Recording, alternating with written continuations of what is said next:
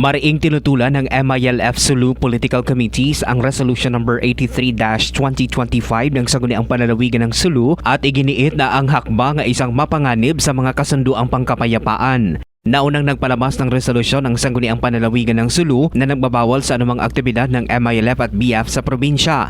Sa pahayag ng grupo na ang MILF ay hindi isang pribadong armadong grupo kundi isa itong kinikilalang revolusyonaryong organisasyon at pangunahing lumagda sa Comprehensive Agreement on the Bangsamoro o CAB. Nanindigan din sila na kahit inalis na sa BARM ang Sulu pero hindi ito binubura ang patuloy na mga obligasyon ng BARM sa Sulu. Naniniwala din silang walang legal na basihan ang hakbang ng Sangguniang Panlalawigan kundi isa lamang itong resulta ng pamumulitika. Ang hakbang din nila ng SP na bawalan ang mga aktibidad ng MILF sa lalawigan ay nagkakait ng karapatan sa libo-libong tausog na kumikilala sa bisyon ng MILF para sa kapayapaan at reforma. Mark Anthony Taico, NDBC Bida Balita.